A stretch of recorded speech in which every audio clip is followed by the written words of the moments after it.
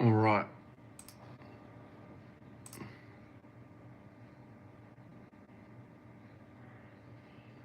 So guys, just a quick feed and then I'll go outside and train. And this is what we're eating today. Brand new salami. Sorpresa. And this. And some bread. Just woke up from a night, I'm hungry.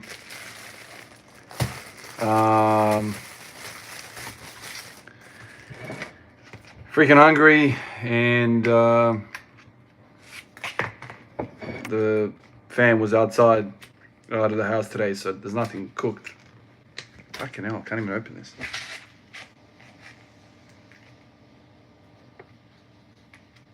How do you open this? I need a knife.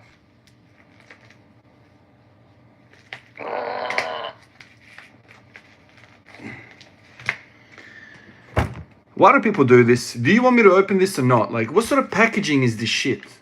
What am I supposed to do with this? I'm already pissed off, man. Fuck. And now the thing comes off, so I can't even grab it anymore. There you go. Bang. Packaging. Drakes. My friends Drakes. What the hell are you guys doing? So I don't have to get up. Go to the kitchen again. And another one. And another one. Thanks, boys. Boys and girls of Drakes.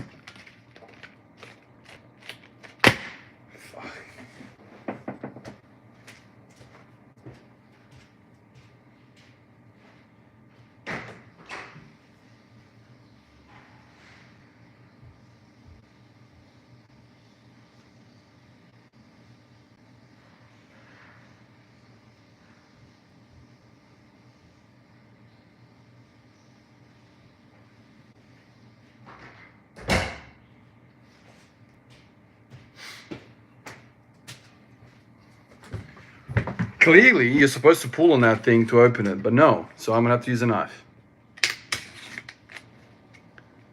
All right.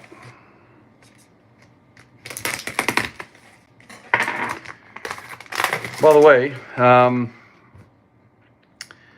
I am a mayonnaise fiend.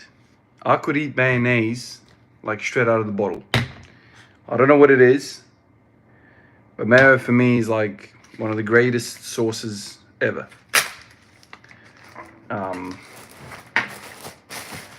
And when there's like nice bread like this, fresh bread, I love it. This is like one of those meals that I could just, hey Steve-O.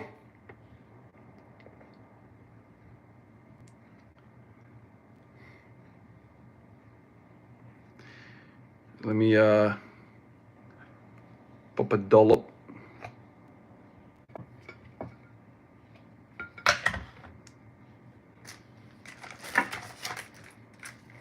And look at that. So simple, but I love this. Absolutely love it.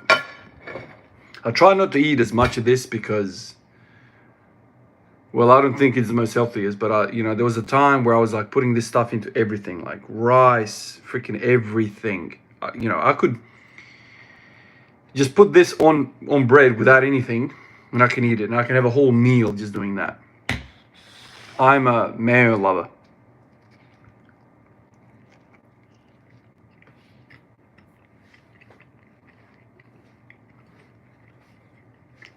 You like that with honey? That's interesting.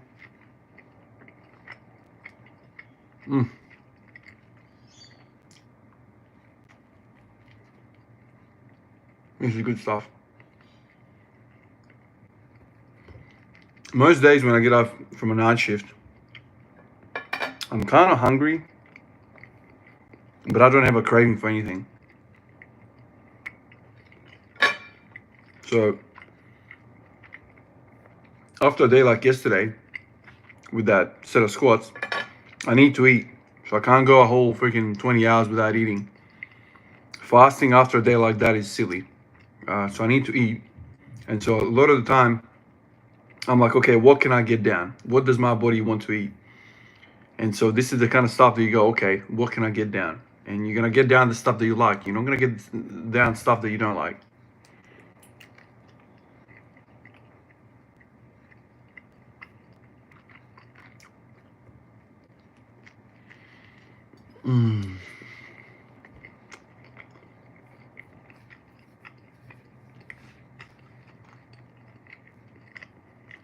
Whole egg mayo.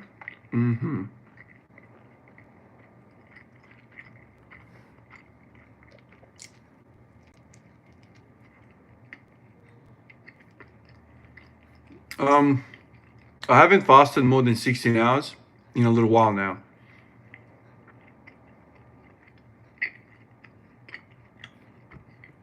Hey Theo, how you going?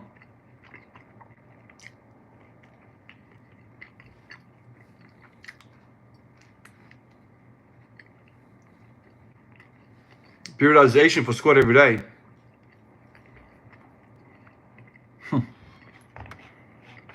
It's not that easy, my man.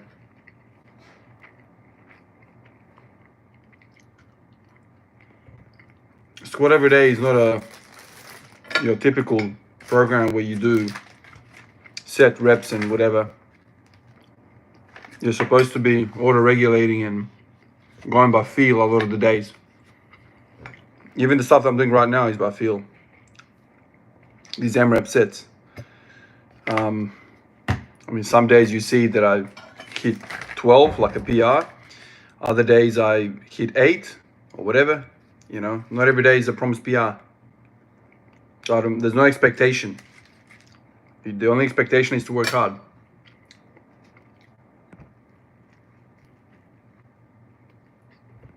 What am I eating? This, salami, this, and bread. That's it. That is it.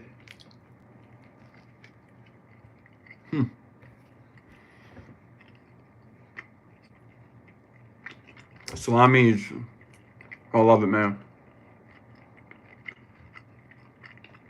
Sausages like this, I love it.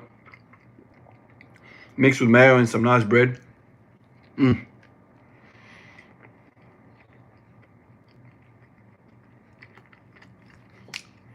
Toasting is great, but I don't know what it is. Like, I don't like the texture of toasted bread. It's really weird. I don't like crunchy stuff. I like chips, but I don't like crunchy bread. I like soft, spongy bread.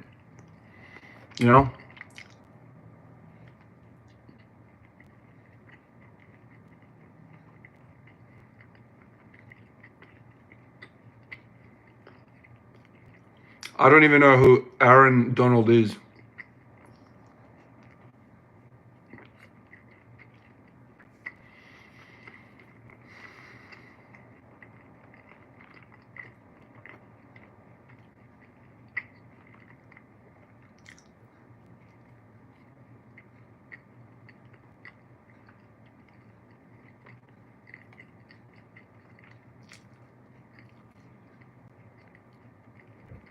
LeBron James? Unlikely.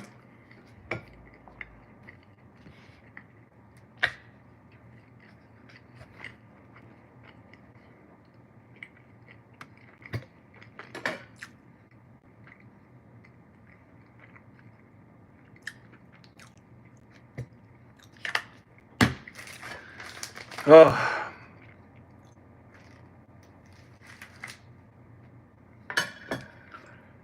Keep on going.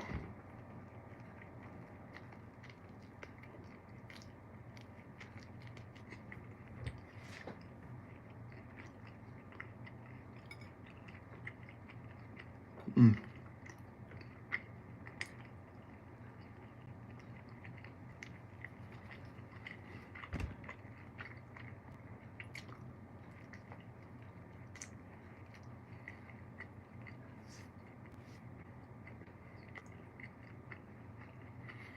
Mm.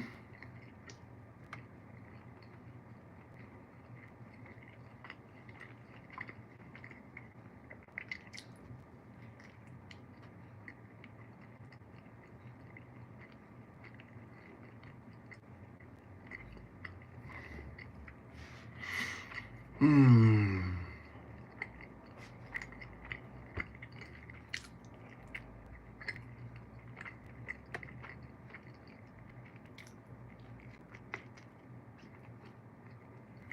Oh, nice.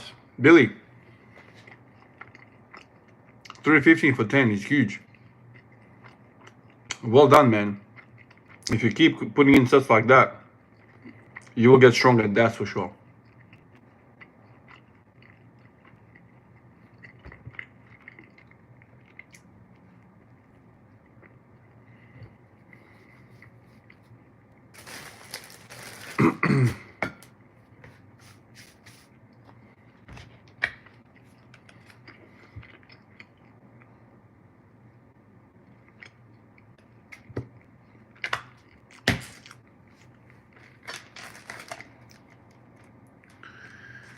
Oh, goodness. You lift heavy and you eat heavy. Makes sense, doesn't it?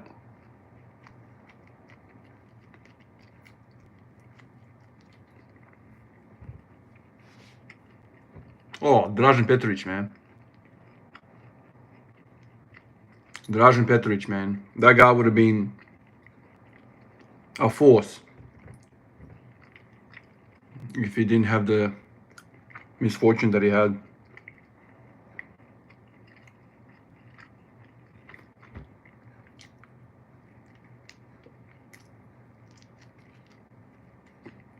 Oh, of course, man.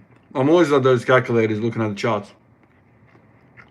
So I think the calculator yesterday said 180 for 12 gets you 254, I think. That's what they reckon, but whether that's right or not, who knows? We'll see one day.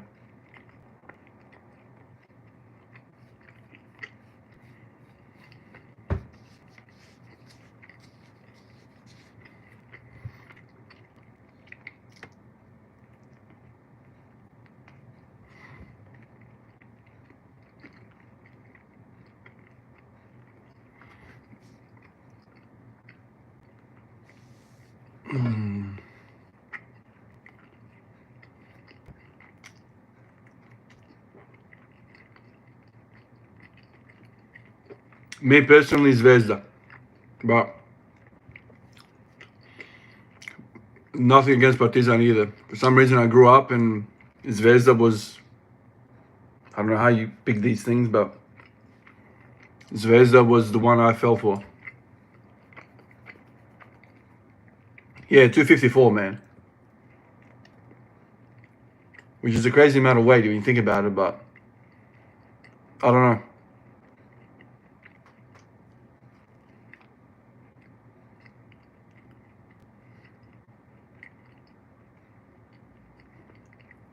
Oh, since 2021. That's wild, isn't it?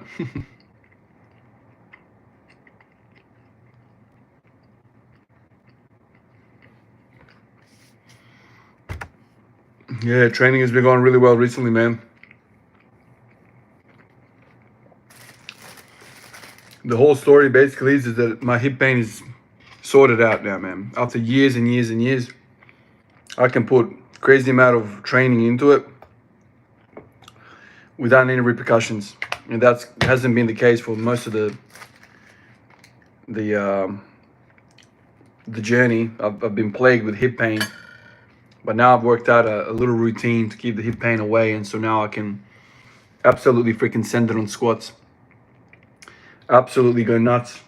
And I wake up. I went to a night shift last night. After that effort, went to a night, worked almost 11 hours, come home, sleep, wake up, doing this, eat, and I don't have any pain. I'm not even sore. I'm exhausted, centrally like tired, but no pain. My hips feel great. After this, after I digest this a little bit, I'll go back outside, put another training session in, do some rows, do some shoulder stuff. Those are the only areas that are not freaking exhausted. And yeah, keep on stacking the chips, man. There's nothing better than working really, really hard, putting everything into it, and feeling like you're moving in the right direction. But there's absolutely nothing worse than when you when you wake up after a day like yesterday and you have hip pain. It's such a shit feeling, man. But that was the case for a long time for me.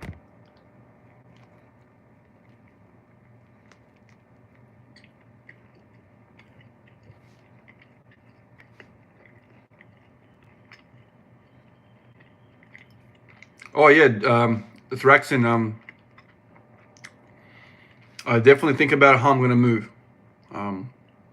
Every rep, there's a plan on what I want to do. If I misgroove a rep, I use a lot more energy than I should be. So there's definitely a way how I want to squat, how I want to descend. There's definitely things in my mind that I'm kind of replaying constantly, which I'm trying to achieve.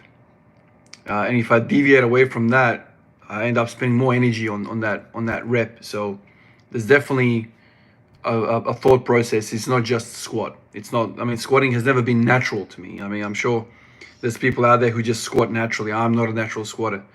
I have to think about, a way to get down and a way to get up.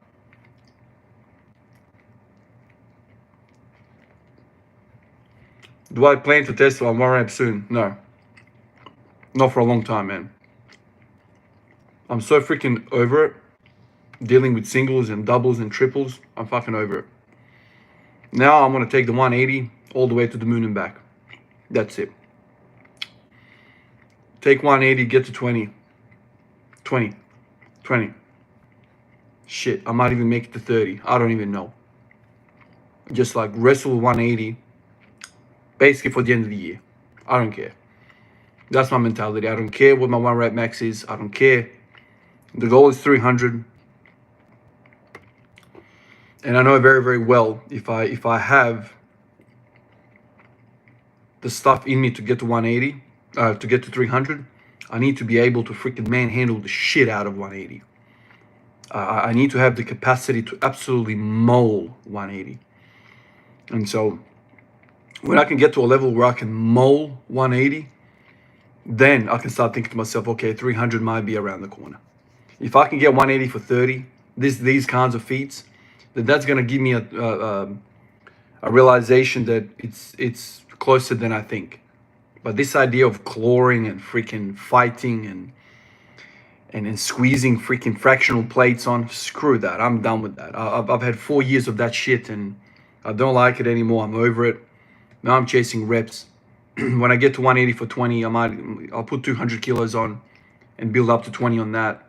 And just do that. That seems to keep the pain away. That makes me feel good. My legs have blown up in recent times. I feel healthy. My lower back is healthy. I'm eating a lot. It's just endless. The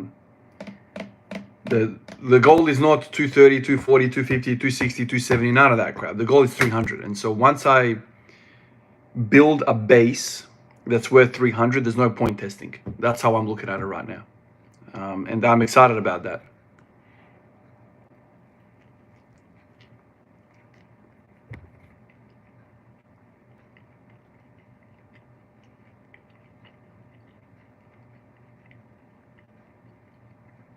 Oh, damn. Sterling, you broke a femur. Damn. That must have been a nasty accident. I mean, femur is a very strong bone, man. So that the mechanism of that accident would have been nasty. Yeah, that's a nice story right there, you know. You break your femur and you come back to training and you squat something nice. That's a story right there, man. And that's kind of what makes life interesting, right? The stories that are, you know, clear paths to the top are boring. The stories of adversity, the stories of where you break your femur and then you come back and you break a world record, it's nicer, isn't it? Not to say that you have to break a world record, it doesn't really matter. I'm just pointing out that when people go through shit, people are more interesting.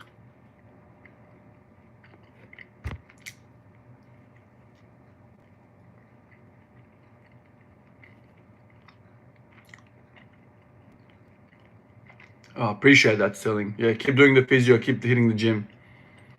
It's really nice to hear that you haven't given up. A lot of people would have given up with an injury like that, for sure.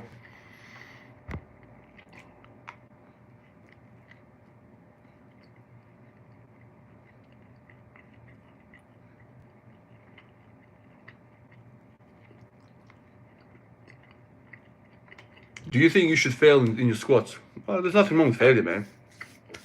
Nothing wrong with failure at all. Nothing at all. I know a lot of people make a freaking big meal out of it, but I don't. You fail, so what? Good. It's a sign that you're pushing. Let me get some other shit, man. You know, the other day, I just mentioned in passing to my wife that I've not drinking chocolate milk in a long while. I get up this morning, she's like, guess what I got for you? Chocolate milk. I'm like, fucking respect. I thank you for that.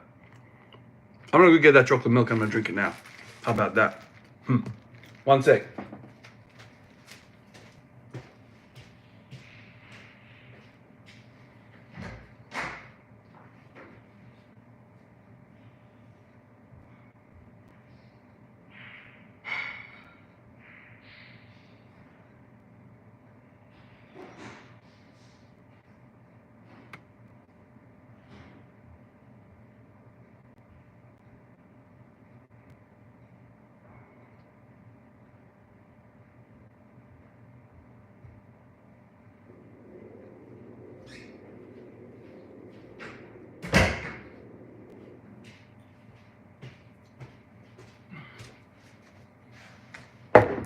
You know, some people tell me all the time, like, Ivan, man, how come you don't get sponsored? Like I'm some sort of like person worthy of a sponsorship. But I think to myself, like, there's no products out there that I really care about for the most part, except like, you know, gym equipment stuff. But then I thought to myself just popped into my mind, you know, if one of these food companies came out and said, look, we want to sponsor you. We are dairy farmers, Australian dairy farmers. Check it out, health stars, 4 health stars. 4 health stars for this shit. Fuck off. Health star rating, 4 out of 5 stars. That can't be right, man. 4 out of 5 stars. So per 100, there's 3.2 grams of protein, 160 milligrams of calcium, B2.18 milligram, B5, B12, iodine, phosphorus, potassium. Look at the potassium, 118, 138. No bad. But how much sugar is there? 4.5 grams of sugar. 8.8, sorry. 8.8 grams of sugar per 100. And they reckon this is a freaking 4 out of 5 stars of health. Well, let me get some health into me, I guess, you know. Let's do it, man. Let me just get all that chocolate going.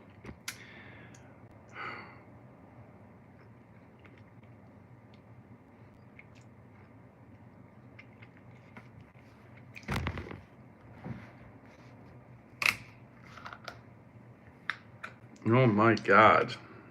Chocolate milk.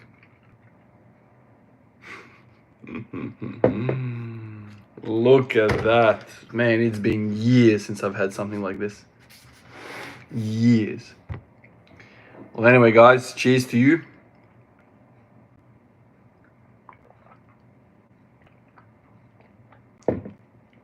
God damn, that's rich. The worst thing with this, man, it's a drink, but it does nothing to your thirst.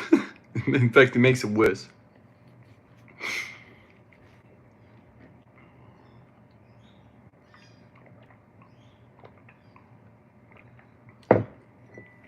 OGT. You going to the gym, man, my man. Have a good session, dude. 7 a.m. Respect.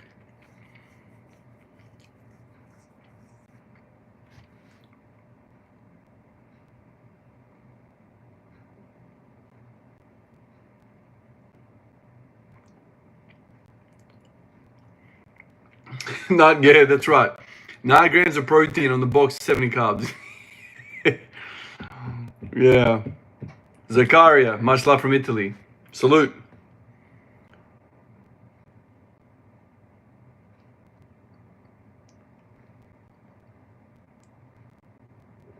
Oh, Nico, thank you, dude. Appreciate you, man. Thank you for the support. Yeah, I'll grab another one with that money. Another one of these babies. This is, if you want to put on weight, I remember back in the day, man, it's so silly, dude. Like, some of these things you look back and you're so silly. I used to go to the shop when I first started training. I was like 19 years old, skinny, scrawny kid, and I'm like, I got to put on some damn weight. So obviously, you know, me not knowing anything, protein milkshakes, protein shakes. So I go to the shop and I buy a big tub of this crap, mixing it with milk, with water, all this sort of stuff. And my dad goes to me, "What are you doing?" I'm like, "What? Why are you buying this shit and having this like big container of protein in the damn kitchen? It's annoying me." I'm like, what? I'm just trying to gain weight. He's like, "Just get some damn chocolate milk and drink that shit. Are you kidding me? You putting that powder in? Drink this." She started buying me this and I was like, "Nah, but the other stuff is better. This, drink it."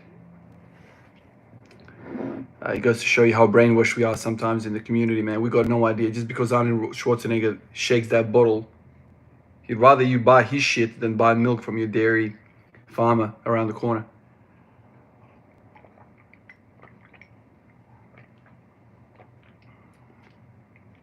That's nice, man. That's so rich, man. So rich. How about this for a pre-workout freaking drink?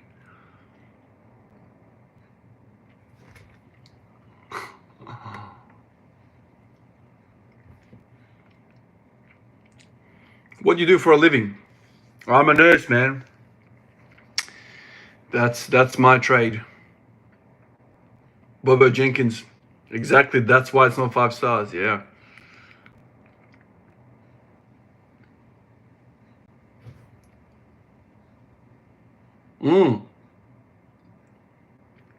Yeah, I did that video, that phase of me doing a lot of bodyweight squats. Yeah, I could probably benefit from it, but there's only so much you can recover from. And so right now, 2 hardcore squats sets a week is all I got in me, man. Everything else is on super cruise control. Everything else I do in the gym is just basically a walk in the park. That's the focus. Everything else is just, it doesn't matter, man. The bench, the rows, the lateral raises, the calf raises, the everything. That's what's in the mix right now. But things that I really care about, like deadlifts, RDLs, overhead press, power cleans, power snatches, all that stuff, it's not even in the mix anymore, man. Like, everything's, you know, all the resources that I have are going to those 2 sets of hard squats. That's it. That's all I got. So I know a lot of people will have great suggestions of other exercises, but in the current scheme of things, what I'm doing, I can't do anything, man. When you give your whole freaking soul into a set of squats like I did yesterday, you're done. You should be really done for 4 or 5 days, but I come back 3 days later and I try to do it again.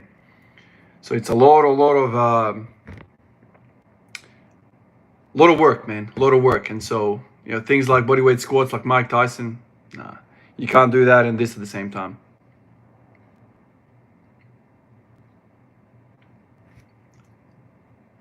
Pink supremacy. If you want to get fat, mix fat. Yeah. The ultimate. Fat and carbs. Our brain lights up. Evolutionarily speaking, when you have fat and carbs, that is a rich freaking meal. That's what ice cream, I think. This kind of feels like I'm drinking ice cream. That's what this is, right? Milk and chocolate. That's what ice cream is. It's just I'm drinking it.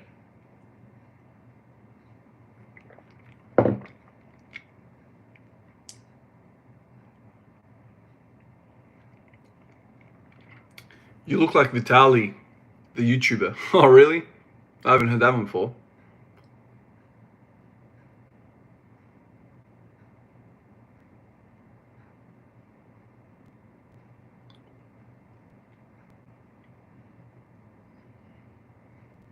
How much you make as a nurse?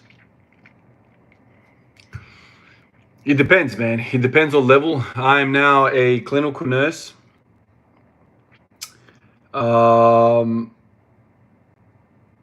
What do we get? It depends how much you work, dude. There are clinical nurses that make $150,000. There are clinical nurses that make $80,000 Australian. I'm kind of like in the $80,000, $90,000. That's what I make in the current setup that I'm at. There are other areas where you can make more money. If you just do permanent nights, that boosts your salary a lot more. But yeah, that's kind of where we are. $100,000, yeah, $90,000. Last few years has kind of been like 85, something like that. In the last few years, it's not a lot of money, man, especially expensive living and all that stuff. But when the mortgage is like 10 times that, you're like, it is what it is. I'm blessed. The good thing about nursing is that you're never going to go out of a job. So that's kind of cool. I'm not Russian, man. I'm Serbian.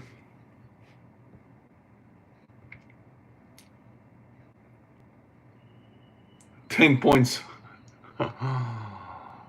Yeah. The trouble with beer, dude, is just makes you it just makes you grow a big gut. That's the bad thing about beer. I don't even know how that works, man.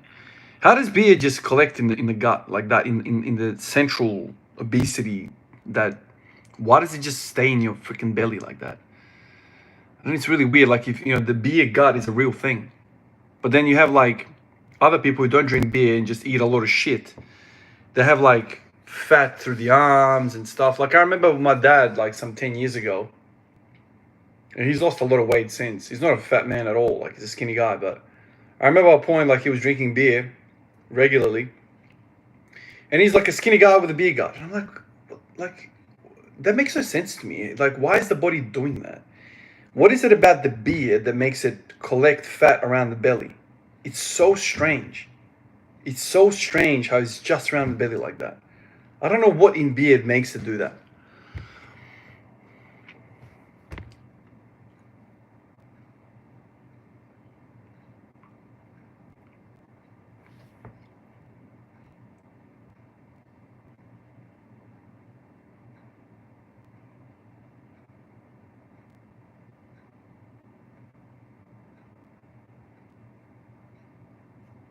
You look like a tough Shia LaBeouf. Oh, thank you, man. I look tough. A worthy opponent. Do you have pets? No, not currently. I still have the Evo.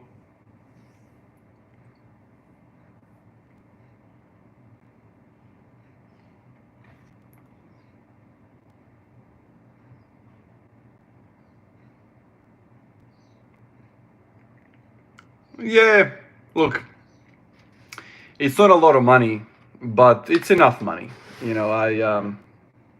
Third cup, let's go, boys. This is dangerous. All right, this is it. Freaking half of the damn bottle going. Look at this shit. Damn. Look at that. Ivan is bulking. Yeah, look, whatever. There's a lot of careers out there that people make a lot more money. Whatever, man. Nursing, if you just think through the money side of things, yeah, sure, nursing is not the greatest career. But nursing provides something that other careers don't. And that's that human connection, stories, and it makes you, for the most part, makes you feel good when you help somebody. I know a lot of times it's shit, you know, you're dealing with idiots and drug addicts and people that just are parasites to society. Those are the ones that are very difficult to process. Yeah, but for the most part, when you help somebody that is genuinely in need of your help and are thankful for it, you go home not just with a few dollars in your pocket, but you go home feeling like you've spent your time well. You know, there are other industries where, you know, they're just simply exploiting the population for their benefit. And I guess that wouldn't feel good when you go home. I guess that is, I'll tell you a story. My brother, I've got a brother, like a blood brother, like proper brother, not like a brother bro in the gym. He's never been on the channel. I'd like him, you know, to go on the channel and stuff, for you guys to see him. And we're very alike. He's 4 years older than me. And he never went to university. You know, he kind of started working pretty much straight out of high school. He's really good with computers. So all of my computing stuff, I just go to him, you know, dude, can you hook us up with the computer, something wrong? He rocks up, does his thing. He builds computers, he does this sort of stuff. He's done a lot of things like this. And then when he got out of that industry, he got into selling cars, selling furniture, like all sorts of different shops around the place. And then recently he started working for a bank here in Adelaide, Westpac. But, you know, as I was going through my nursing training and career, we would often like bounce ideas. And I remember at one point he was making a lot more money than me working for Harris Scarf. Not Harris Scarf, what am I saying? Jesus Christ. What's that computer shop? My man. Fuck. My brain is dead after nights. What's that shop where you buy computers and furniture and all sorts of stuff? Fuck. Can't think of the freaking shop. This is ridiculous. Fucking hell, man. Harvey Norman. Thank you, Jeremy, man. Fucking brain. Oh, night shifts. I feel like I'm jet lagged. Anyway, he's working for Harvey Norman, and at one point he was like a number 2 or number 3 salesman in Australia. And there was all these schemes they had. So like he's selling computers and cameras and all this sort of stuff in the shop that he was working at. He was like camera guy and a computer guy. And he would say like, yeah, man, I'm making a lot of money, you know, selling a lot of gear. And, you know, his previous experience with computers, you know, fed well into this because he was kind of an IT guy. So, you know, he was kind of the expert in the area. And so, you know, he became a good salesman and whatever. And he would say like, you know, a lot of times, you know, people would come in, you know, like I remember one story that resonates with me. He said like an old lady came in, like the lady's like 75, 80 years old or whatever. And she's like, I want to buy a computer, dear. Can you help me? I don't know much about computers, but this is what I want to do. I want to go on the internet, read the newspapers on the internet, answer my emails, and that is it. Like she doesn't need a freaking gaming computer to do this shit. You know, she just wants something that's just basic. And then, you know, he would, you know, I remember a few times he was like, the boss is like, dude, sell her the highest end computer you can, you know. And so he's like, a lot of times I'm selling computers to people that are more expensive, so more benefit to me and not what the people want. That's what business is like. You don't want to sell a computer that's $600 where you could have sold a computer to them that's $3,000. So he tells me a story of this one lady that he sold her a computer that was way, way more than she needed. She needed some basic freaking browsing, and he sold her a computer that's way, way more than that. And so she ended up spending the money, trusting him, and then he sold her like an insurance thing as well, which you know, if I was in there, he would have said, don't worry about that, dude, it's a waste of money. So things like this, and it wore on him for a while, like these, because my brother is he's a good dude, like he's a good heart. He doesn't want to screw anyone over, and he you know, he dwells on things kind of like me. We're both kind of the same. We think a lot, man. We think a lot, and we think about everything, and we overthink every decision we make. And so this started eating at him. Like, he's not being a good person doing this. He's not being a good guy. And so eventually he quit the job. And the boss is like, dude, why are you quitting the job? Like, you're one of the best salespeople in the joint. Yeah. So that was kind of eating at him for a long period of time.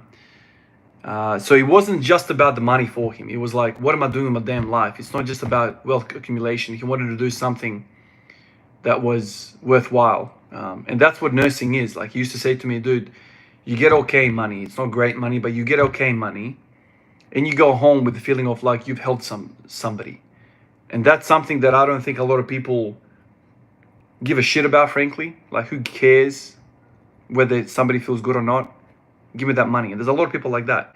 But what you don't understand is that your soul in your chest, in your body, is always there. And it's always the judge of what you do in life. Whether you want to call that a god or whatever. But it's always like a judging system. Yeah, you can go somebody and put a bullet in somebody's head. Take all their shit.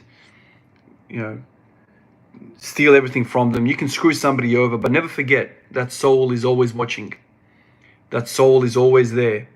And so don't be surprised when you're unhappy and you wake up one morning and you feel really sad. And you're like, I don't understand why I'm so sad. I've got 3 Ferraris, a mansion, 10 women, but I'm sad. Why am I sad? And you see all these guys in Hollywood and all these places who are committing suicide. They got everything, but they're not happy.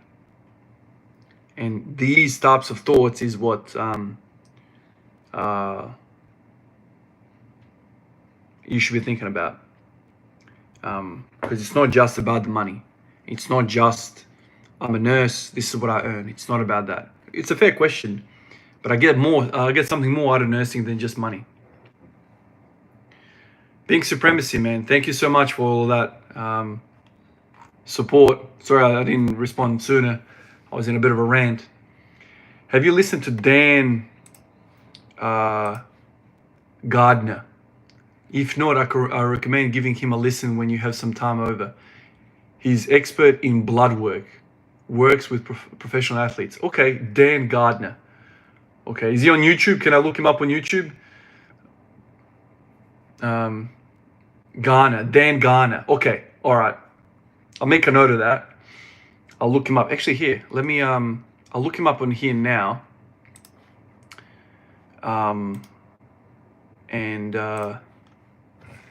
Dan Garner, so my search knows about him.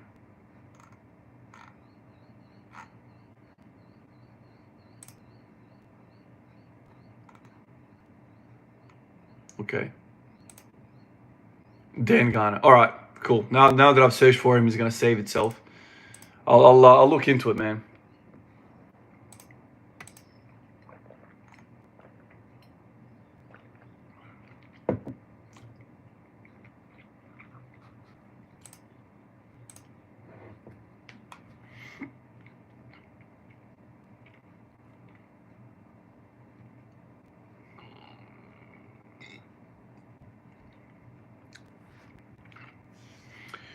Am I on Facebook? Yeah, I started a Facebook page as well. Ivan Djuric. I've got like a private Facebook thing. So the way I've kind of set everything up, because there's so many platforms, I'm not gonna accept, like, I've got a Facebook page, which is kind of like YouTube. You can do whatever you want. You can join and upload content. But my private Ivan Djuric page is where I keep my family and friends. So that's for family and friends. Instagram is purely weightlifting. So every time I go on there, all I get is weightlifting. Obviously, YouTube is completely public and I do whatever. But yeah, if you try and friend me on Facebook, as in like my private Facebook, I'm not gonna accept. But the Facebook page is obviously you can follow that.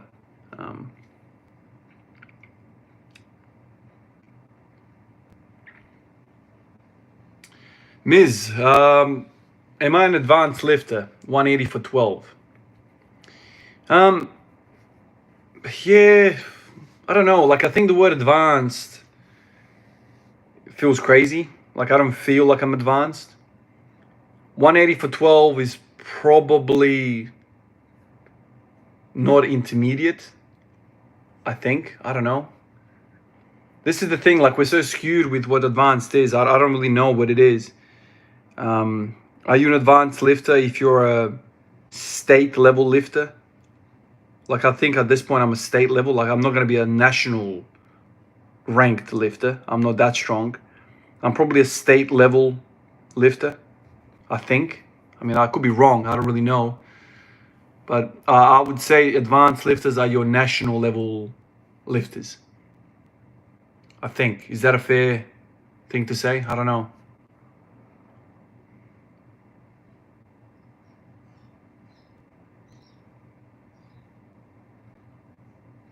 Oh, Pink Supremacy, 150 for 6. Well done, man.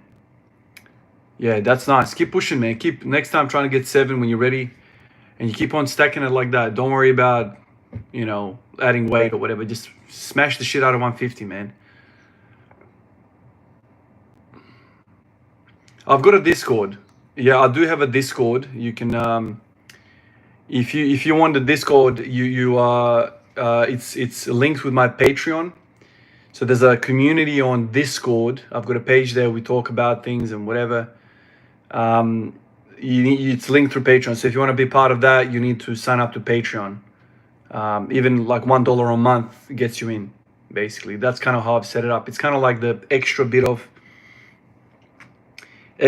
like support group where everyone's in.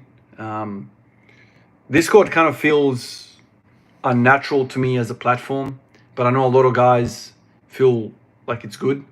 And so in there, we talk about certain things and whatever. This is the thing. There's so many different platforms. It's so hard to go everywhere, especially not being a full-time YouTuber. I don't have the support to be a full-time YouTuber.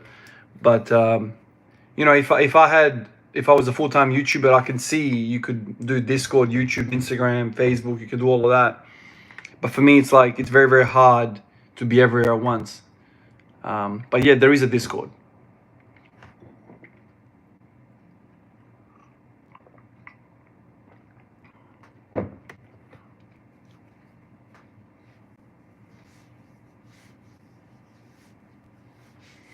Pink Supremacy, yeah, I don't know, like private online training. Yeah, I have thought about this. I don't know why I don't do it. I don't know why. I don't know. Number one, I don't have the time. That's the bottom line of it. So if I was to do it, I wouldn't be able to do it just like as a free time thing, Life is getting more and more busier for me with these kids starting to play sports and me coaching them. So the only way I could probably do coaching is if it was paid coaching. So then I could drop a day at work to do that. There's only so much time I have. So in order for me to do that, like, I don't know how much people would pay for me to like train them online or to be their coach or mentor, whatever you want to call it. I don't know how that would go. That's the thing. Like, I would love to do it for free if I had, but I don't have the time with everything that's going on in my life. So in order for me to do it, I would have to, I don't know how it would work. How I would have to think about how much time I'd give to one person, and then how I could translate that to getting more time off from my nursing work. But right now, if you said to me, here's another 10 hours a week that you've dedicated to another thing, like coaching, I wouldn't have the time. I would be burnt out and I wouldn't be able to do it. I don't know how it goes, and I always feel weird about money. Like, I hate charging money. I feel weird about money. I feel off. Like, I don't feel worthy enough. I have this concept like, you shouldn't be giving me any money. That's just how I feel. I don't know. It's really weird. I have this thing. My cameraman's always in my face. He's like, dude, time is money. You don't have 60 hours a day of time. You got 24 hours a day, and your time is valuable. And so he tries to teach me that, but I still feel odd to say to you, give me $50 and we'll spend an hour talking, or coaching or whatever. I would love to work with somebody to get them better at the weightlifting part, but me coming to an agreement about the price, it feels off. And I would hate to take somebody on for a really, really small price and then me having to continue to work at the hospital the hours that I'm doing right now, and then me putting a strain on my family. So it's ultimately about time. I don't know. I wish I had somebody to show me and to manage all that for me, but I feel weird about all of that. I feel really, really weird. But yeah, I mean, I would love to be a full-time coach. I mean, that's a dream. But yeah, I don't know.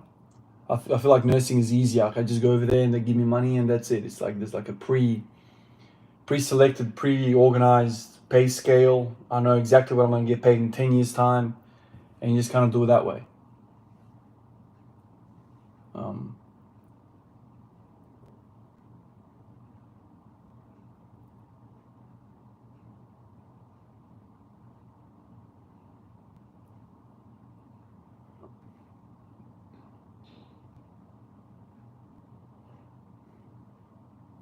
Yeah, Pink. Yeah. I don't know what it is with me. Money isn't evil. I know. This is exactly what my mate tells me. I mean, he's got a PhD in finance.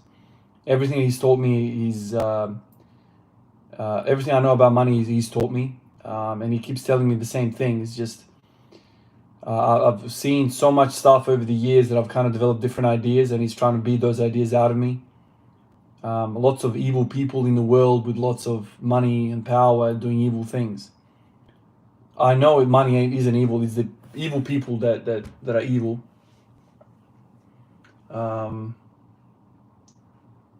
Yeah, but ultimately, I would love to do that. I would love to train. It's just I don't know how I could make it work in the same hours that I work at the hospital.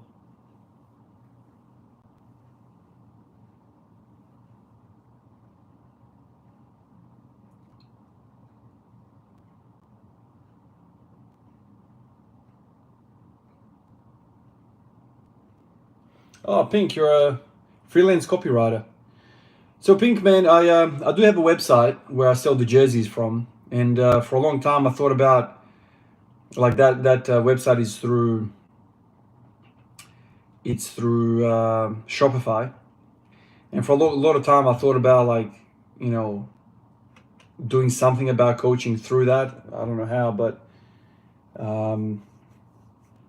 I just, yeah, like I don't have anyone around me who does this stuff like YouTube or YouTube fitness or online business or anything like that.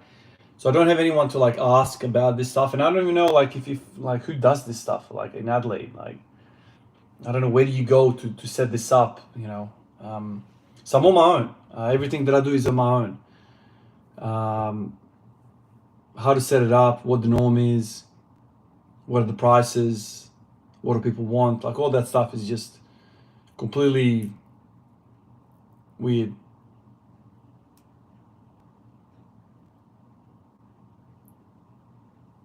Yeah, yeah.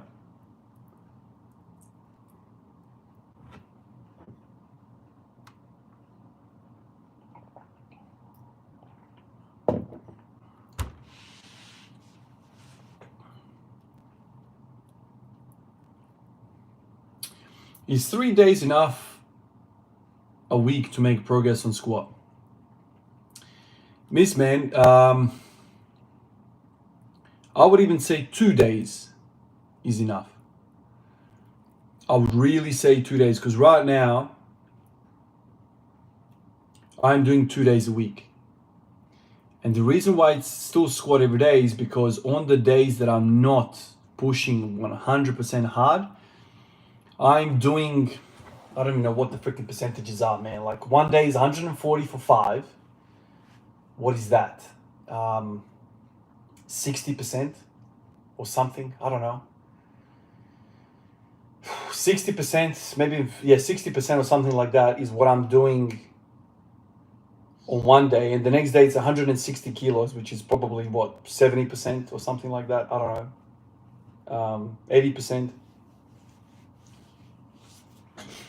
So I'm going 60%, 70%, and then on the third day, I'm going freaking balls to the wall, RP 10.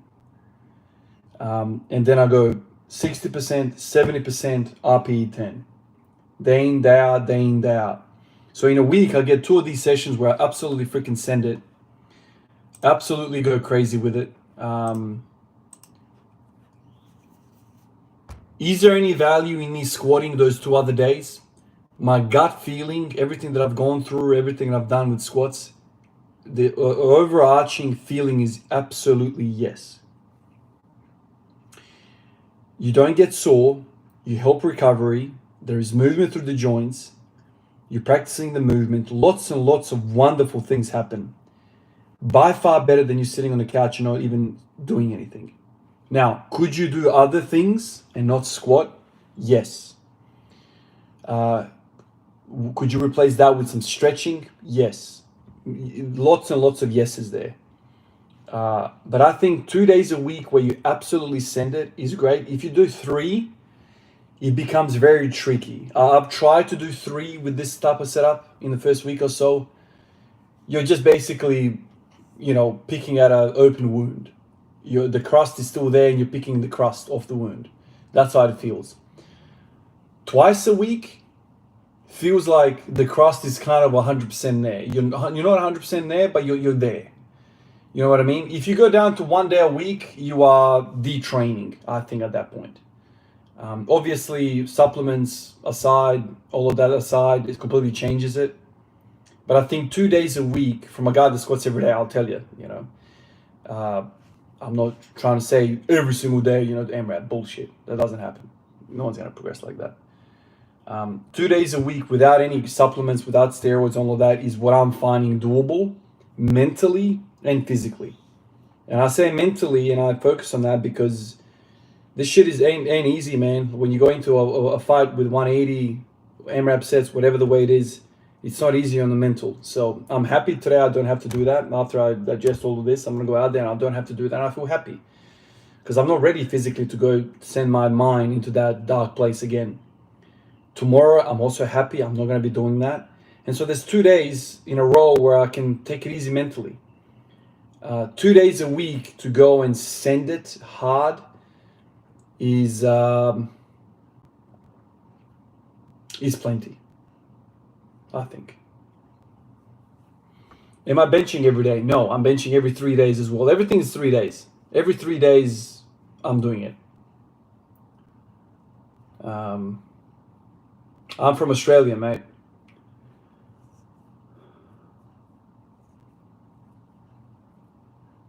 Grawanda, appreciate that, man. Have a good day, man.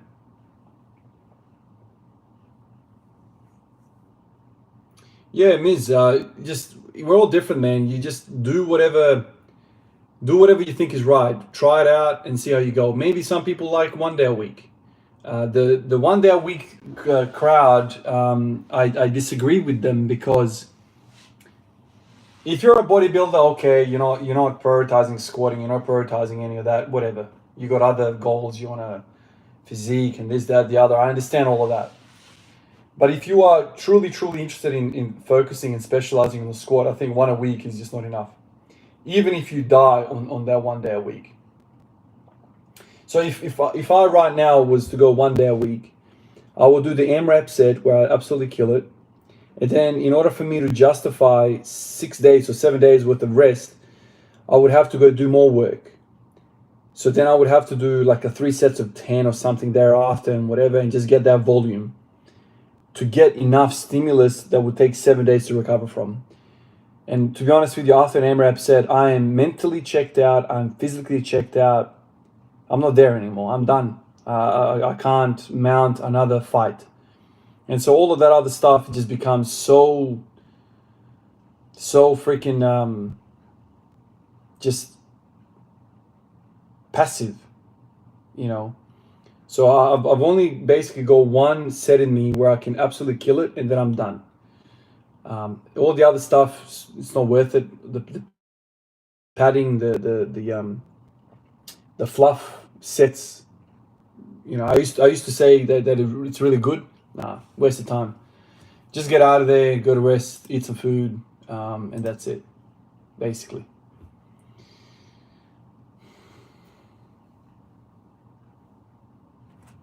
What is wrong with this damn computer, man? Just chill.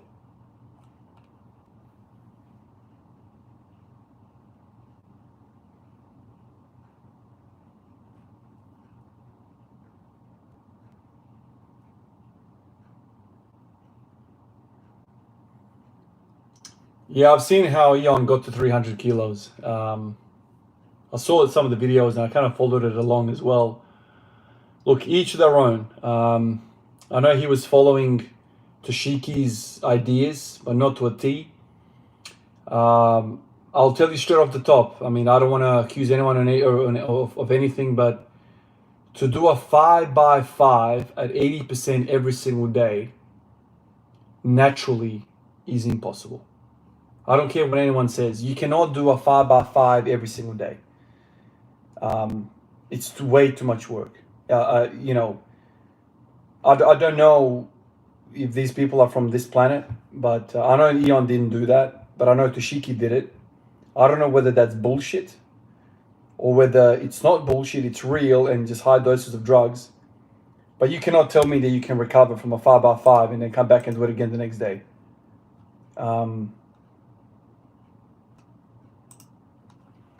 I cannot imagine a body that can do that.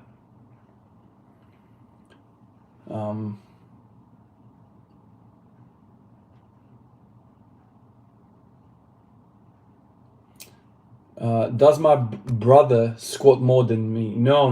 My brother doesn't squat at all. What was that? My brother doesn't squat at all. He doesn't train. He runs, does a lot of running. I think he still plays indoor soccer with the boys. But yeah, he doesn't squat.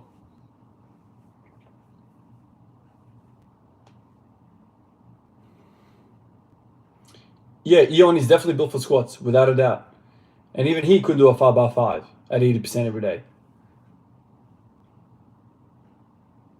Yeah, that's right. 5x5, then a 3x10. Get out of here, man. Get out of here.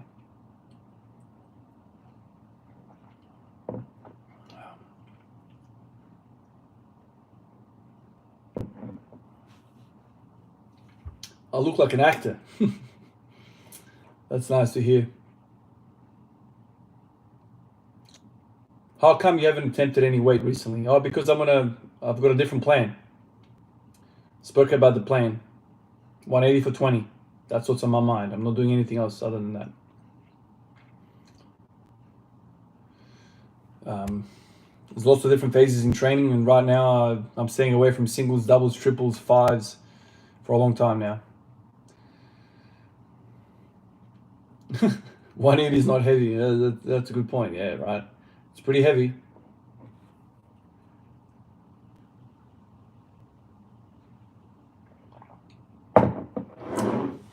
Wow. That's some good freaking milk. Chocolate milk.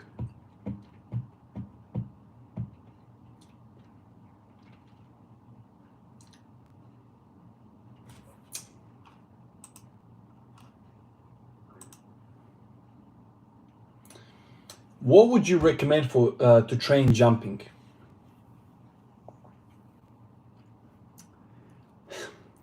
It's funny you say that because the reason I first stepped into a gym was for this reason, to improve my vertical leap. I was playing basketball and I'm like, I want to jump higher. How do I jump higher? Go to the gym and start squatting, start deadlifting.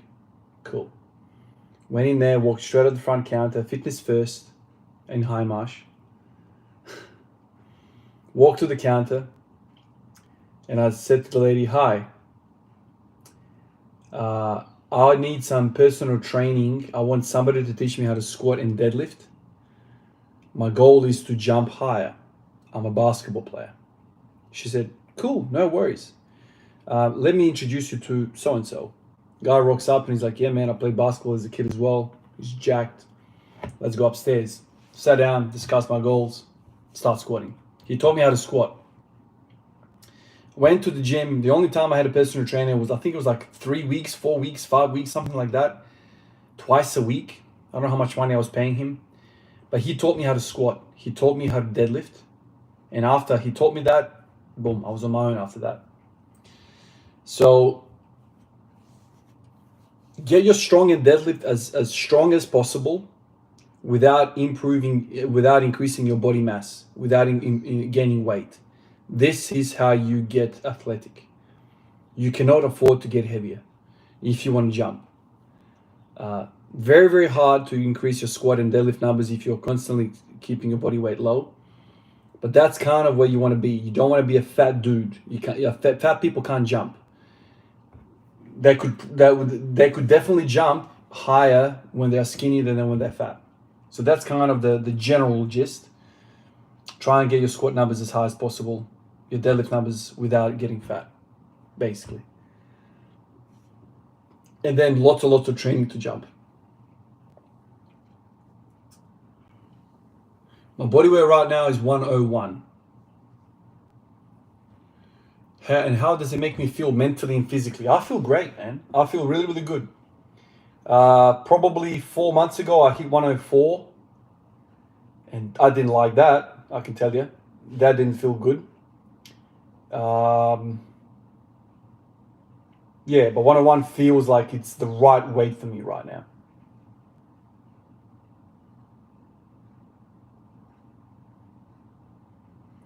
You're plateaued on 5x5 overhead press.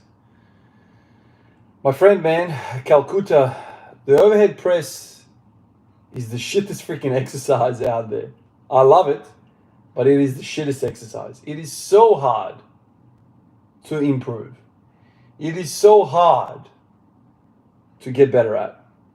What I would say to you is stop overhead pressing and do something else. Come back to it later. Improve your bench press and then go back to overhead press. And when you plateau the overhead press, go back to the bench press. Push the bench press. When you plateau there, go back to the overhead press. That's what I would say to you.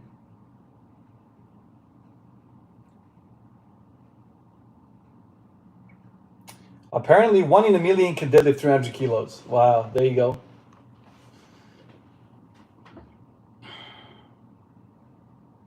Okay. Taking kids to sisters, no worries. Do it.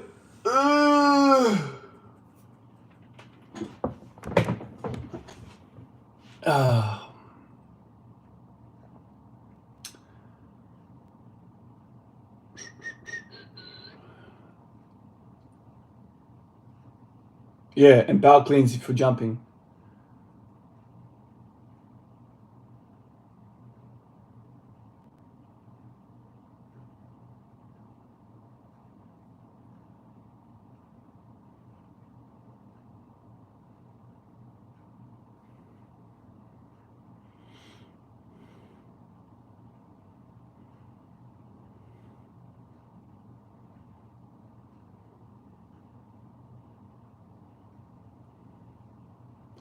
So you said 1 in a million can deadlift 300 kilos. So with those numbers, 22 people in Australia can deadlift 300. 22 people in Australia can deadlift 300. 22. I feel like it should be more. There should be more people, man, that can deadlift 300. It feels like, I don't know, I feel like there's more than 20 people in Australia that can deadlift 300. But maybe other countries like, I don't know, China, India, like countries where people are smaller generally, would have even less. probably.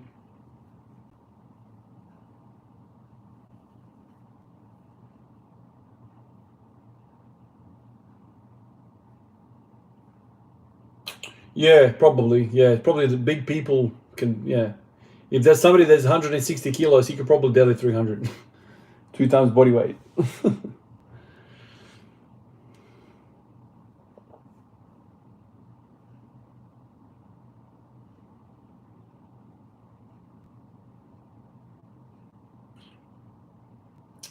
Oh, there you go.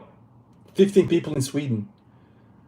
Yeah, like Scandinavia, like Europe, large part like Europe, um, like Scandinavia, especially like Russian Eastern Bloc.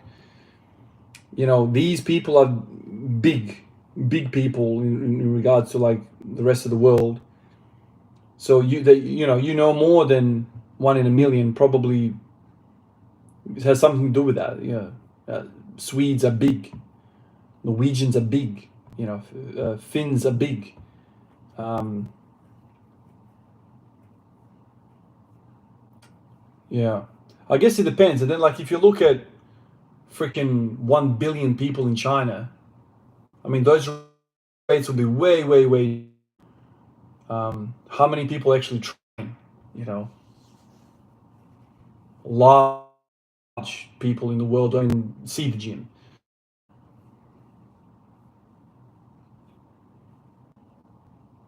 Having trouble with the internet here.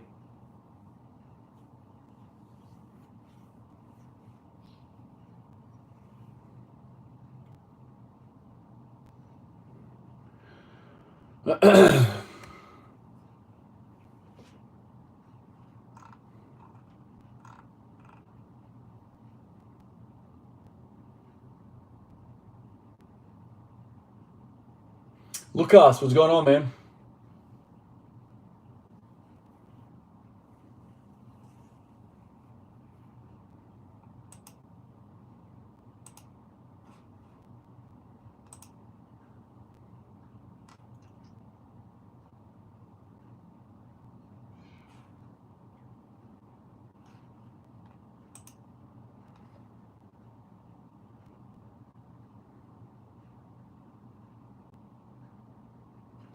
Max session was yesterday.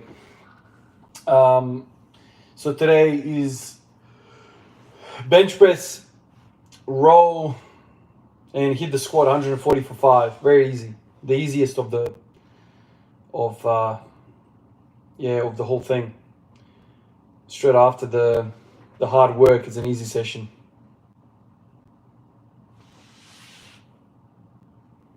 Oh, it means I think 300 kilos deadlift is in the works for me. I honestly feel like I feel a lot more confident with that than squat. Definitely. I'm not training for it, you know, crazy right now. But historically speaking, when I push my squat with this high volume business, I end up deadlifting really well as well. So when I hit 265 on a deadlift some 2 years ago now, that was preceded by me squatting 180 for sets of 5. I remember I was doing like 2 years ago. I was doing like 1 set of 5 or something like that. I was doing. I think I got to 190 for 5 at the top, and then the hip bang got me, as usually is the case. And then when the hip pain stopped, I went to deadlifting and I hit the 265. So that's how it that's how I got to 265. So like, you know, for people that are like me and can't squat very well, or are not natural squatters, I should say, when you do squatting and you are not a natural squatter, your deadlift is going to improve as well, which probably the reverse is true as well. Like if you are a natural squatter and you go into a heavy deadlifting period, your squat is probably going to go up. And I think it's just a case of working on something that you are not good at or natural at. It's just going to, you know, go that way. I've heard lots of other people also like improving their deadlift just by accident. not by accident, but like they're focusing on the deadlift, on the squat, and the next thing you know, you're like, improving on the deadlift really well. So it's like one of those things. So I think the deadlift is coming when I decide to do it, but I reckon if I can get to freaking, 180 for freaking 20, there's no way my lower back and hamstring and quads are not really, really good and ready to deadlift. So that's kind of what I'm thinking with that.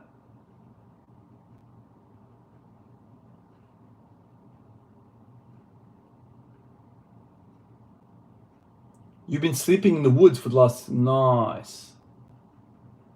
That is some relaxation right there.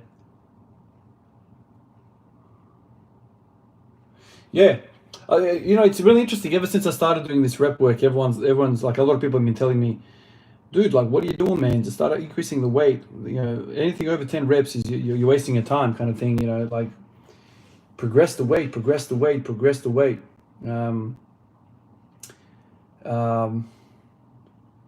I think 10 to 20 is really, really good, really good.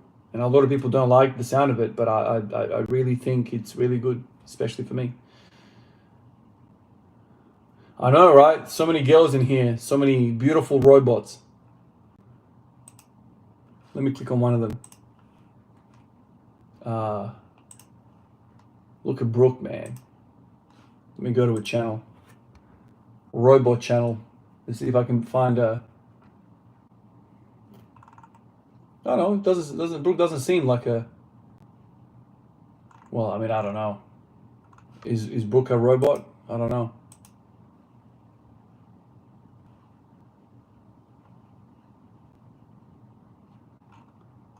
Who knows? You never know anything about... you never know anything about the internet anymore. You never know. Yeah, who knows? Who knows? Sometimes I think to myself, out of the 120,000 followers that I have, how many are actually real people and how many are robots? This is the thing. It's not a real world, man. Like, this whole internet thing is just like, who the hell knows what's going on, man?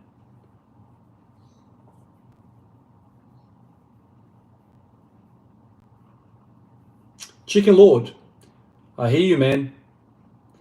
I really hear you. I mean, I've trained for a long time, and for me, set of 20 is where it's at. I mean, I could be strange and different, but set of 20 is where it's at. After spending so much time with damn singles, doubles, and triples on the squat, now that I'm doing a set of 12 and pushing beyond, it feels like finally I'm training, man. It feels like I'm getting so much benefit from it. And the body's getting stronger, and I'm improving and improving and improving, and it's, it's just completely different.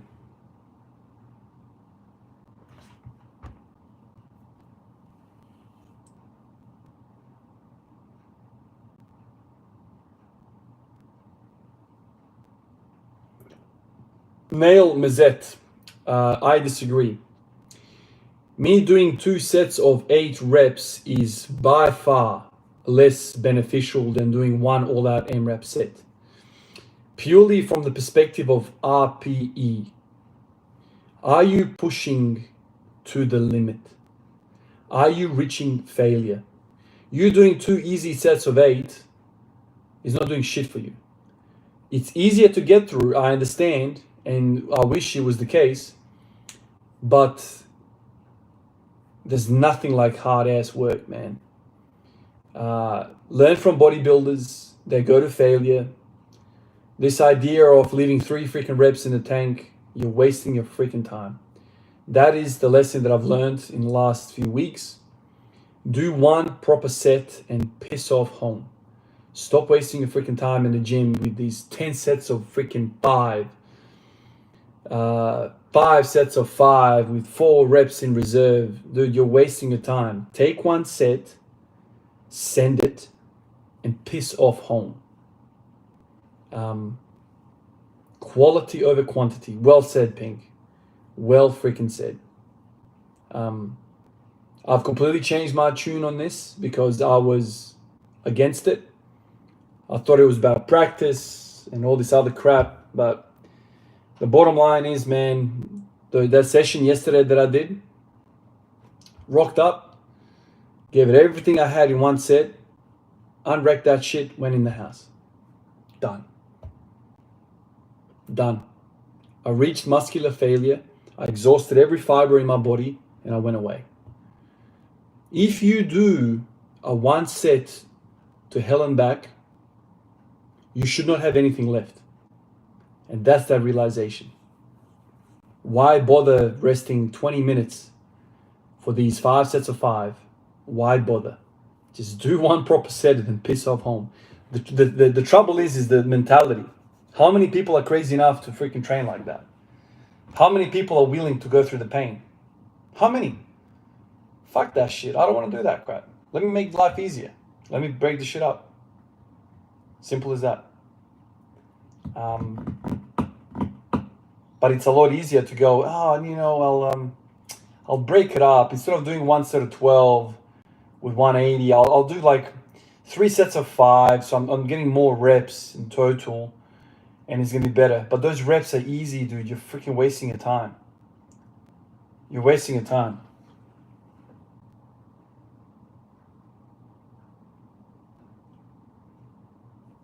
Yeah. Quality, boys. Quality. Chase that quality. Mike Menza. Tom Platz.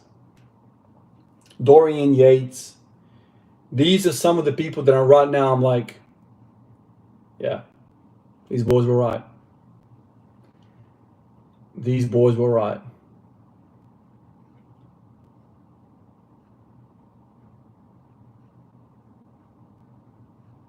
Yeah. Dude, static strength, man. Oh my God. I remember doing that. You basically get to a point where you want to end your damn life. I remember one point, like, just to get through the squat portion of the 5x5, it was taking me like an hour and a half. You warm up, you get to your first 5 set, and you're like, fucking dead. And you're like, oh my God, I've got another 4. And then you take a 20-minute break, you get in, you get 5, and then you take another 20-minute break. Oh my God, man.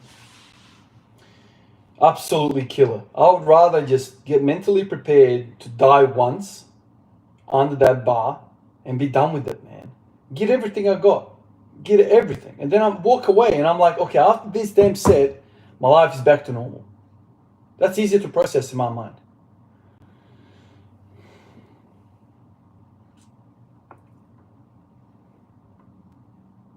Starting strength was a killer. Yeah, man. We all feel the same way, it seems.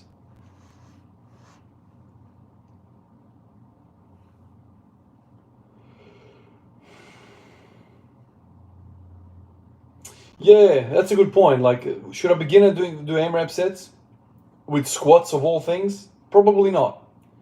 Probably not.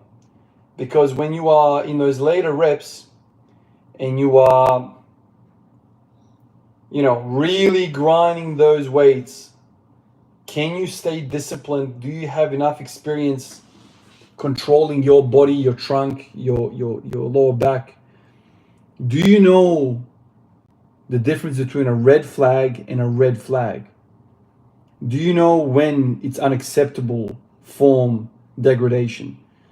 This is the thing that you get through years of training. So when I'm doing these reps, I'm focusing so heavily on the nerves the information that I'm getting from the lower back core. The moment I sense there's breakdown of integrity in certain parts of my body, the set's over. There's no questions. I ain't injuring myself. And you don't get that without experience.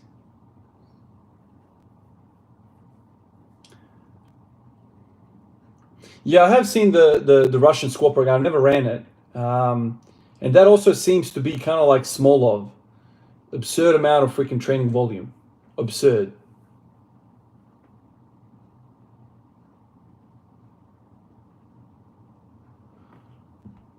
Yeah, Pink, I remember that, Ripito was one of the earliest influences, man, on me, my training. Read his books, like I've got him here, man.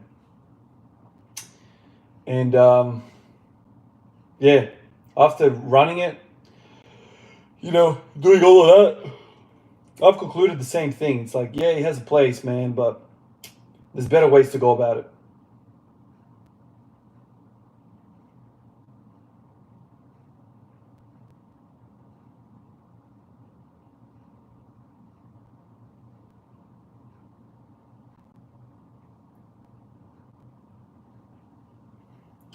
Yeah, 5x5. It's such a. I feel like everyone's been with 5x5 at some point. Yeah. CNS was completely toasted, man. I resonate with that so much. Fuck. You got to do your fourth set, and you're like, fuck me. I don't know how I made it through that. And then you're like, shit, I have another one. And then you sit there on your phone, you're like, oh my lord, I need to do this again. How am I going to survive? And then you're like, shit, I have to I have to take at least 20 minutes because I doubt I'm going to get through this. And then you think to yourself, shit, the next workout is going to be even heavier. Jesus.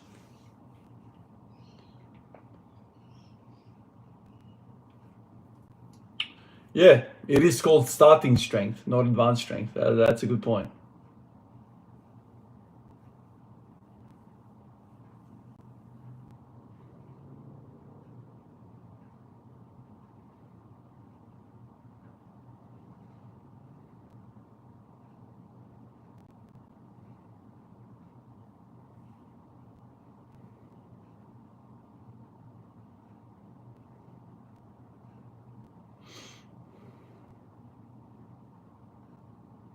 Oh, Kobe, man.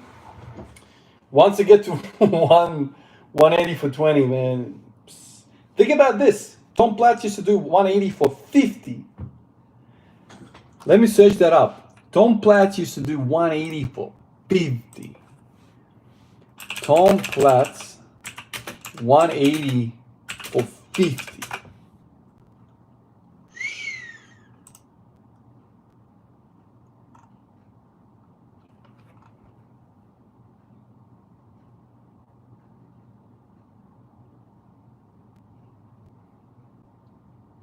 Yeah, and 238 kilos for 23 reps.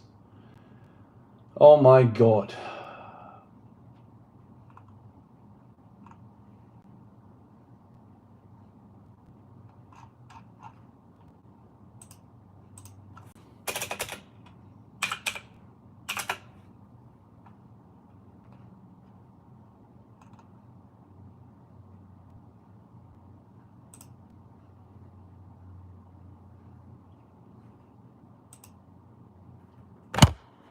Here we go. Hold on.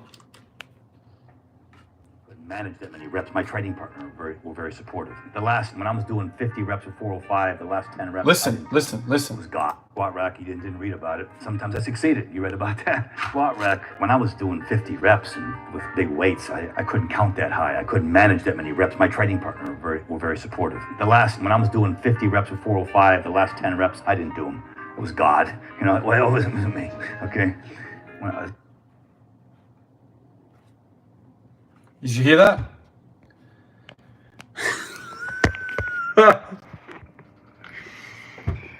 50 reps with 405. Now sit there and process that shit.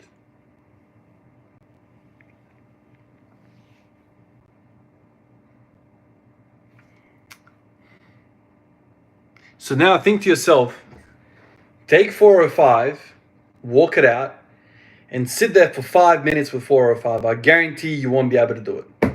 Just rack it. Hold it for 5 minutes. You ain't doing it.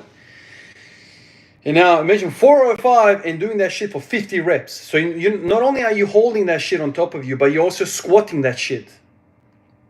That is some of the most impressive squatting, weightlifting that I can't imagine anyone do that. Like, you understand? Like, I see, you know, recently I've been talking about this. I watched the F1 Drive to Survive, right? Love it. My wife loves it. We've seen the last series again. Like, we watch it every year. Max Verstappen, Hamilton, like Leclerc, like around corners, driving around like a maniac. Like, at any point you could die instantly. I watched that and I'm like, I cannot imagine driving that. I can imagine me being Steph Curry and practicing my shooting day and night for 30 years and getting to that level. But there are some things that I cannot imagine. And I cannot imagine driving a car 300 k's an hour into a corner. I can't imagine that. Also, I cannot imagine doing 180 for 50. I cannot imagine it. It's impossible. I know how 12 felt. Now, to do that for 50, I cannot imagine it. Do you understand? Like, it is out of world type of strength. Out of, like, it's something that I can't even wrap my mind around. I know there's a guy that did 100 for 100. And I remember I watched it. And that guy, he wasn't like a big guy or anything. He was just like some freaking endurance beast. Of course, Tom Platz was on drugs and whatever. Of course, goes without saying. But there's not too many guys that can do that. And if you think about it, steroids make your cardiovascular system worse, not better. So here is a guy that's taking steroids. He's strong, but his heart and lungs are so good, even with steroids on board, that he can do 180 for 50. That to me is nuts. Nuts.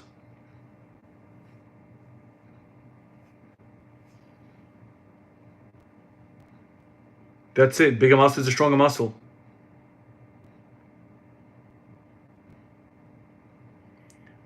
Zdravo, zdravo. North Carolina.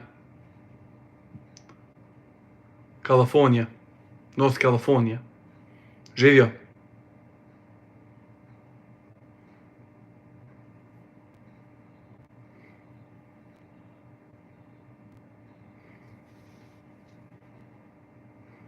He was using a belt, doesn't count. That's right.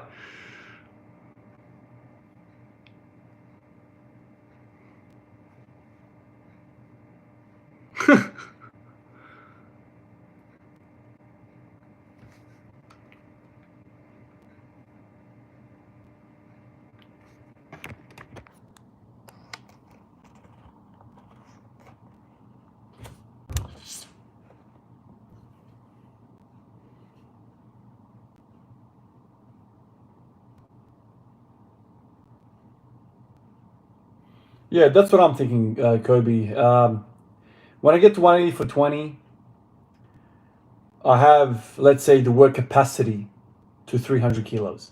That doesn't mean I can eventuate 300 kilos, but at least I have a base that I can build upon for 300. And then obviously you need to do other programming to get to 300 kilos, but at least I have a base. I have enough muscular mass, I have enough core and whatnot to do that. And then you start building upon. First build a base and then go for height. That's kind of the gist of it.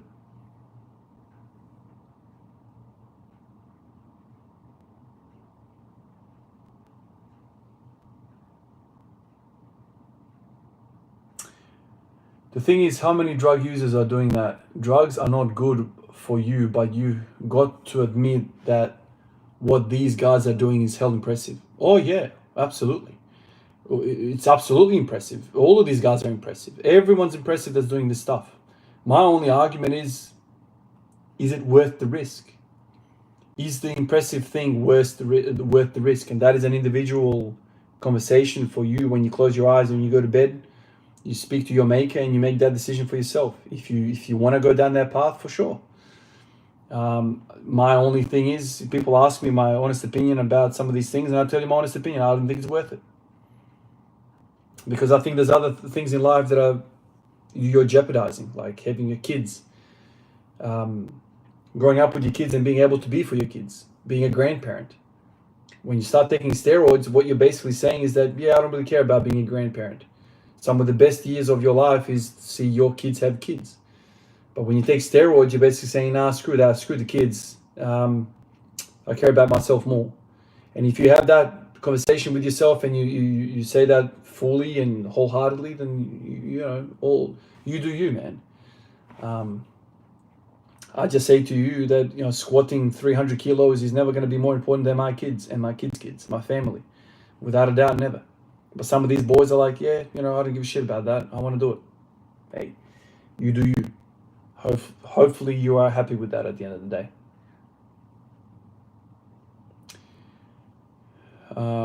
It's irritating that you don't respond to any of my comments. How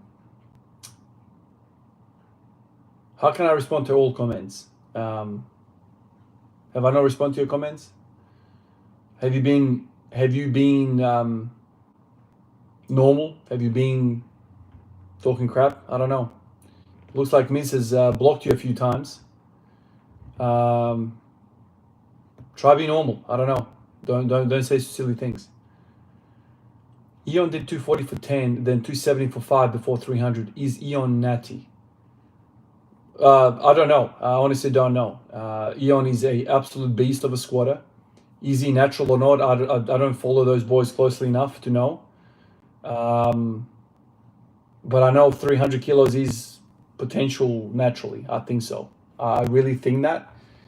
And I think Eon, it's possible to squat 300 naturally. I really do, especially the way he's built and his weightlifting history. Did he do it this time naturally or not? I don't know. No one knows, other than him and Dare. Those are the only boys that know it truly. I think he has, but who knows?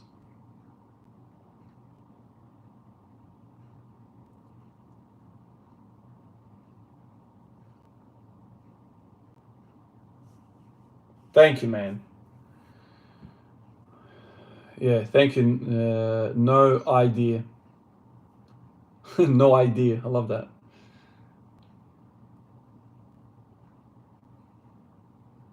What would 120 on 120 for 20 give you on bench press? It will give you 160.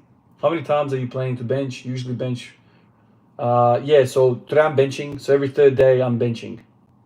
When I get to 120 for 20, I'll be in the vicinity of 160. Boys, let me get out of here. It's already getting dark. I need to go out and train. I think the food is settled. Once again, a pleasure. Pleasure for having you around. Thank you for keeping me company. I'm going to go and train now. And I'll see you guys in the next one, I guess. Appreciate you, Miz, for all your efforts in the chat. Really appreciate it. And all the fellas that have had a nice chat with me. Appreciate you guys. All right, guys. I'll catch you in the next one. Peace out.